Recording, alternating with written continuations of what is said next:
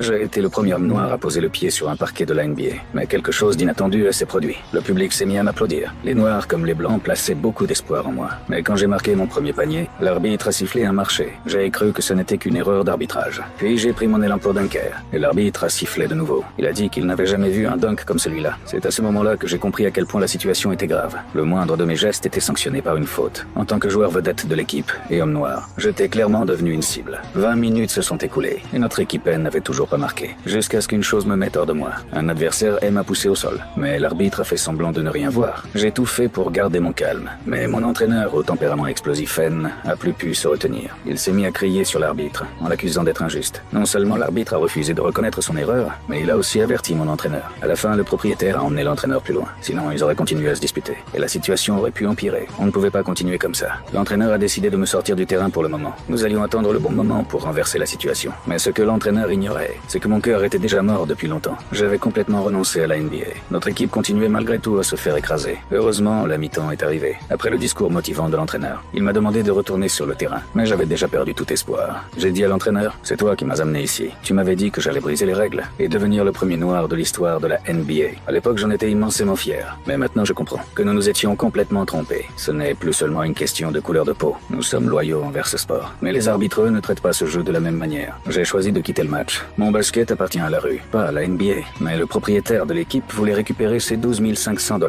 Ce qu'il disait ressemblait davantage à une provocation destinée à me pousser. Il voulait seulement que je retourne jouer. Après son départ, je me suis rappelé mon enfance. Je me suis rappelé le talent de basketteur avec lequel j'étais né. Je me suis rappelé les paroles de mon entraîneur quand j'étais enfant. Fais voir au monde entier ton talent pour le basket. Alors j'ai choisi de retourner sur le